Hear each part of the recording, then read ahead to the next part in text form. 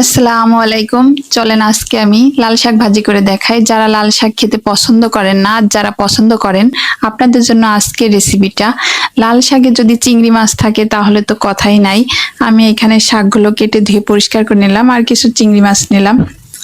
এই চিংড়ি মাছ দিয়ে লাল শাক ভাজিটা যদি আপনারা একবার খেয়ে থাকেন আমার রান্না ফলো করে, সারা জীবন আপনাদের মুখে এই স্বাদটা লেগে থাকবে। বিশ্বাস না হলে একবার এভাবে রান্না করে খেয়ে দেখবেন। আমি শাকটা কড়াইতে নিয়ে একটু লবণ দিলাম, স্বাদ মতো লবণ দিলাম, আর একটু পানি দিয়ে শাকটা একটু ভাপতে নেব। পানিটা দেওয়ার কারণ নিচে যাতে লেগে না যায়।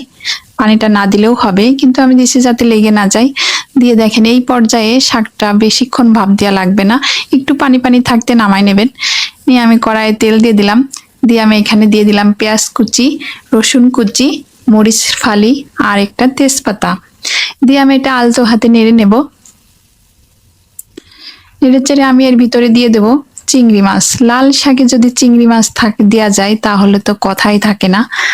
দেখেন চিংড়ি মাছ আমার খুবই পছন্দ, আপনারা চেষ্টা করবেন একটু চিংড়ি মাছ দিতে। আমি কিন্তু এখানে বেশি দিই নাই। এই চিংড়ি মাছটা দেওয়ার কারণে এই শাকের স্বাদ দ্বিগুণ বেড়ে যাবে। চিংড়ি মাছটা দিয়ে একটু ভেজে নেবেন ভালোভাবে। আমি এখানে একটু হালকা হলুদ দিয়ে নিছি, জাস্ট কালারের জন্য।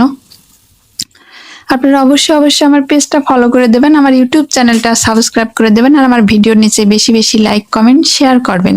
শাকটা এভাবে ভাজতে ভাজতে দেখবেন এক সময় ভাজি হয়ে গেছে।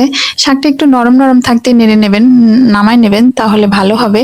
নরম শাক ভাজি আমার খুব পছন্দ। যারা একটু শক্ত শাক ভাজি খেতে চান তারা পানি না দিয়েও রান্না করে নিতে পারবেন। দেখেন রান্নাটা কতটা লোভনীয় হয়েছে। এটা দিয়ে আপনারা গরম ভাত 2 প্লেট খেতে পারবেন, আমি গ্যারান্টি দিয়ে বলতে পারি। এই শাক ভাজিটা থাকলে আর কিছু লাগবেই না। আজকে এই পর্যন্তই, আর কথা বাড়াবো না। আপনারা সবাই ভালো থাকবেন। আল্লাহ হাফেজ।